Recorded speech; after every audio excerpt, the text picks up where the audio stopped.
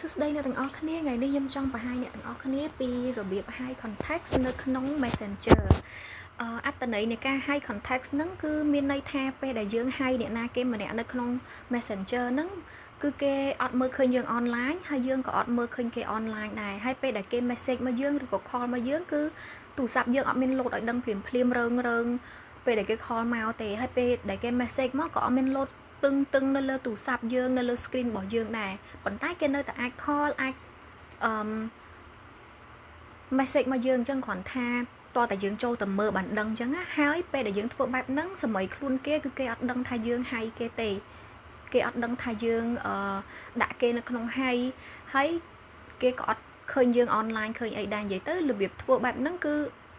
យើងចង់លាក់សម័យខ្លួនគេដូចថាពេលខ្លះឧទាហរណ៍ដូចយើងធុញអ្នកណាគេម្នាក់យើងអត់ចង់សូវឃើញគេទេមកឆាតមកអីលោតមករំខានអារម្មណ៍យើងច្រើនអញ្ចឹងណាអញ្ចឹងយើងអាចអនុវត្តវិធីហ្នឹងហើយសម័យខ្លួនគេអត់ដឹងទៀតអញ្ចឹងណាអញ្ចឹងយើងអាចចូលទៅកាន់ menu ដូចដែលខ្ញុំបានកវីនៅលើ screen នេះអញ្ចឹងណាយើងคลิกលើ menu ហ្នឹងមកបន្ទាប់មកយើងយក settings កន្លែងខ្ញុំកវីនេះបន្ទាប់មកយើងយក privacy and safety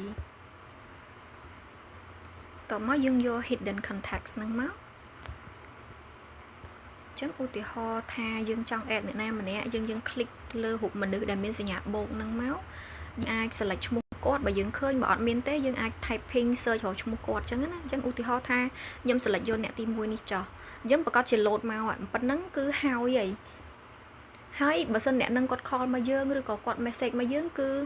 យើងអត់ដឹងទៀតទេយើងអត់ដឹងអត់មាន load ឲ្យយើងដឹងទេតើយើងចូលទៅមើលចឹងណា